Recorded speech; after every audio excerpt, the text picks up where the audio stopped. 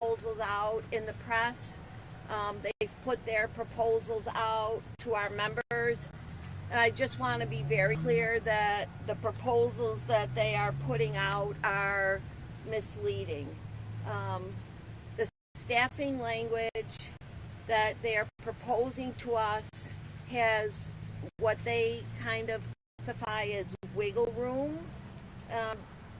The language we are looking for is ironclad nurse to patient or provider to patient ratios. And we've had experiences before where a little wiggle room that leads to an hour or two of not meeting ratios leads to 4 hours of not meeting ratios, which leads to a shift of not meeting ratios, and then we're back to where we are right now. And the one thing our members have made very clear to us is that there is no going backwards. We are out here for a reason, and that reason is to fix the staffing issues inside Mercy Hospital and St. Joseph Hospital and Kenmore Mercy Hospital. And we are fully committed to our members not to bring an agreement back to them to look at unless we have dealt with those issues to our satisfaction. And I know that they have talked about the fact that they want to hire 250 new employees, which is exactly where we found ourselves in 2016.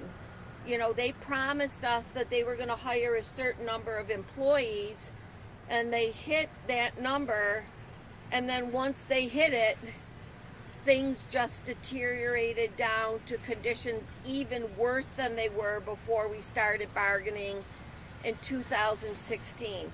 So I just want to make sure that our members understand and the community understands that this isn't about playing games or trying to delay a strike. Catholic Health continues to say that only CWA can end the strike, and that is just not right.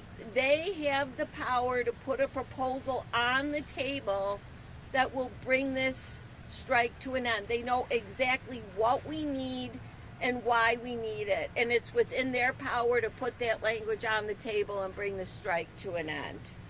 So we need to make sure that Catholic Health is as committed to safe staffing as we are. The other problem is in terms of the wages, and they're putting out these huge increases that people are going to receive. But I just want to give you a couple of numbers. So over at Catholic Health right now, the number of RNs that we represent is approximately 1,100.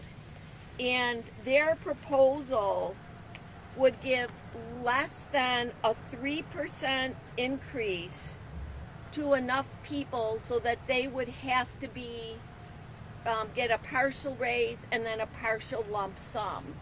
So, and if I wasn't clear on that, let me just say it a little bit more clearly. So the RNs would receive an increase that could be a partial increase and a partial lump sum, or a lump sum, and it would not fully affect their base rate. And if we can't negotiate a wage that affects their base rate, then they are going to continue to fall behind what other nurses in the community are making. Right now, when we look at Kaleida Health, an RN with 8 years of service is making about $1.90 an hour more than a comparable nurse with the experience and years of service at Catholic Health. And folks are doing the same work. So it has those type of issues that we are trying to correct at the bargaining table. And while there's a focus on staffing and wages, there are still concessions, although they're minor.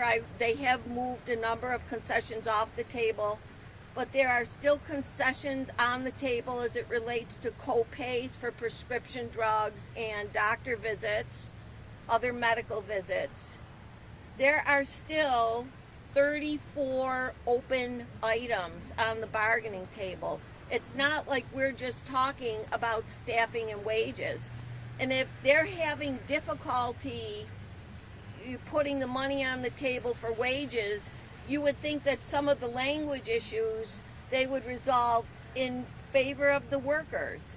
There are a number of issues that we have been passing paper on for months that just need to be ended and need to be set aside so we really can give our full attention to the primary issues that are still on the bargaining table. So we know that our members are out there and holding the line strong. They have been very clear with us that we're doing our part, and we just want the bargaining committee to know that you have our support and you do whatever it takes to get us the contract that we deserve. And that's what we intend to do while we're here. So I don't know if there are any questions related to this, but we'd be more than happy to answer questions. Debbie, I saw that there's a GoFundMe for the workers that are on strike. I know that with this being into the second week, strike benefits don't take effect for 14 days. How can people help the public? Can they donate to this GoFundMe? Are there different ways that CWA members are helping each other during this time? Yeah, the support from the community and from organized labor in Western New York and from CWA in Western New York and across the state has just been phenomenal.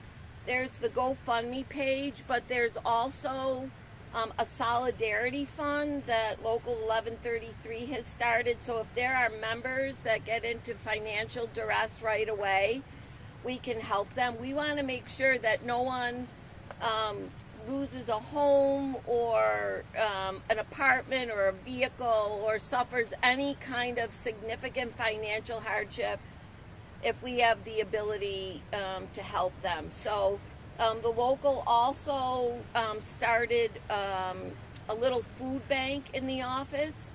Our members at St. Joe's did a food drive. So they collected a ton of food and used that to start the little food pantry that we have going on there. So, you know, the local number is 828-1133. And anybody that wants to help in any way, if they reach out to the local will work with them. Yesterday, Catholic Health said that the economic proposal they have on the table is their final offer. So with, you mentioning wages and staffing, where do you guys kind of go from here if they're saying that that's their final economic proposal? So it's not uncommon when you're in bargaining for an employer to say this is our final offer or our last, best, and final offer. And if we weren't on strike, I think that would have a little bit more meaning. But right now we're out. We have our members out on strike, and it's critically important for Catholic Health not to be focused so much on their last offer, but what is the offer that will get people back in the door. And that's what we're really working towards up there, is because despite what Catholic Health says, the national union or the district, we don't, bargain a contract behind closed doors and then come and tell the members this is the deal. The bargaining committee has the full authority to negotiate the agreement. We vote on everything that goes across the table. Our bargaining committee will decide what is the agreement that we can take back, that we know will be ratified. And Catholic Health knows that process as well. So they know, for example, that this proposal they have on the table for 1,100 RNs won't get ratified. And we've been very clear with them on that. It's 3 bargaining units, 1,100 people. It won't get ratified. So you have an obligation to keep bargaining with us and to keep talking with us, because we got to get these people back in the door where they're out, and then make sure that our folks at Kenmore, Mercy Hospital, and St. Joseph Hospital get the wages that they deserve as well. Debbie, you had said that you've offered a counter proposal to Catholic Health's offer. Any indication when you may be having negotiations and conversations about that again this week? Well, we're still doing bargaining right now today, so we haven't called it quits for today. We do have a membership meeting at 7:30 tonight, so that might create a deadline that we have to meet, but we're committed to coming back every day until we get it done. And I think except for maybe Sunday, because there was a lot of away from the table discussion going on, we've been here, and that's the plan. So my guess is that we'll be here tomorrow, and we'll continue, to work towards an agreement. Is it unusual for both sides to be using the media, the press, as much as they have? And if so, is that a sign of a lack of trust, that kind of things aren't staying behind closed doors and it's kind of all out in the open? So that's a really interesting question, because the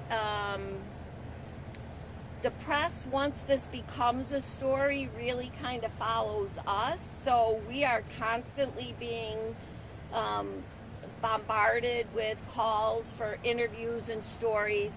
And that's okay, because this is a story in Western New York and Buffalo. When you have a hospital that's on strike, people want to know what's going on. So we don't mind talking about it. My preference is never to bargain in the press, because I don't think that that's the way to get things done.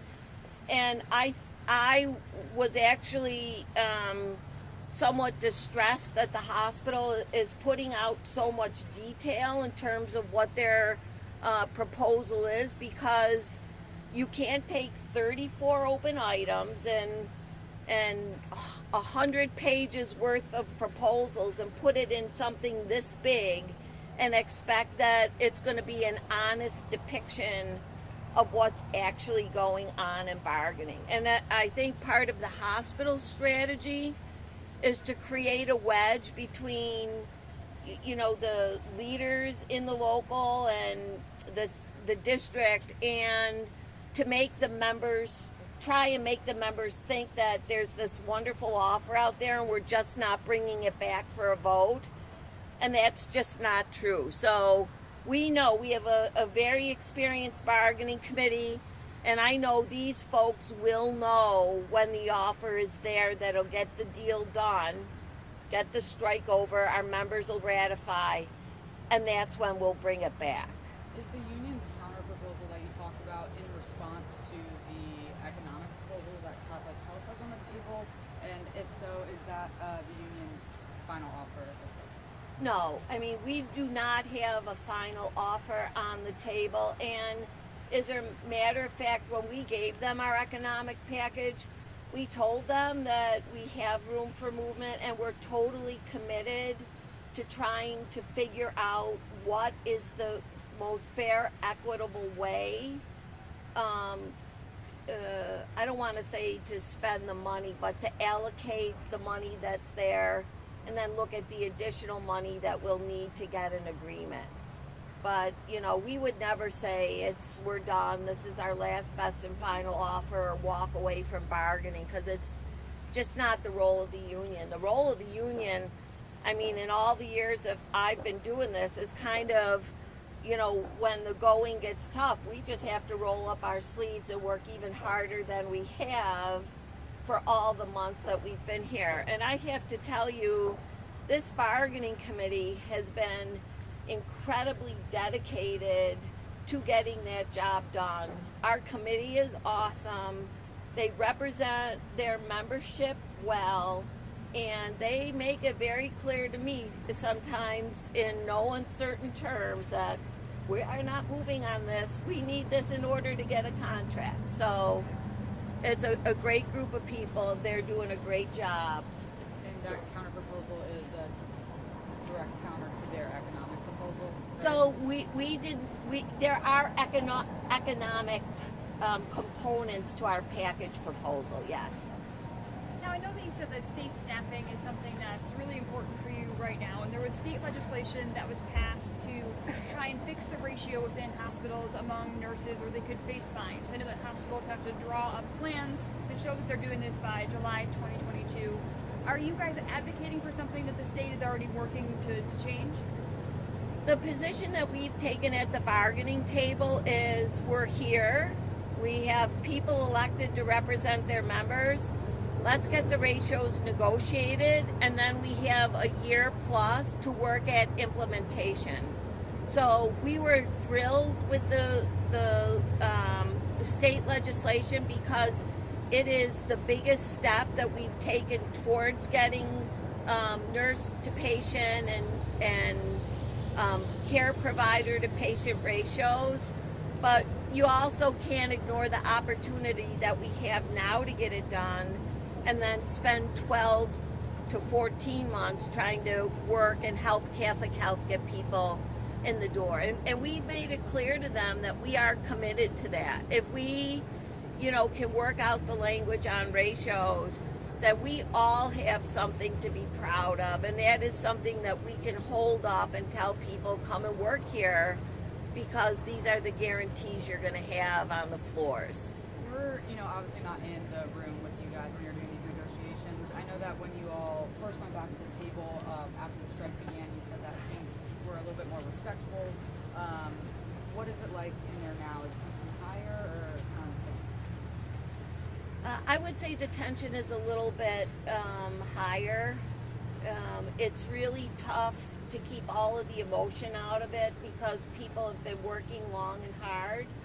And there is a certain fatigue factor that sets in, which is just normal human, reaction to the situation that people are in.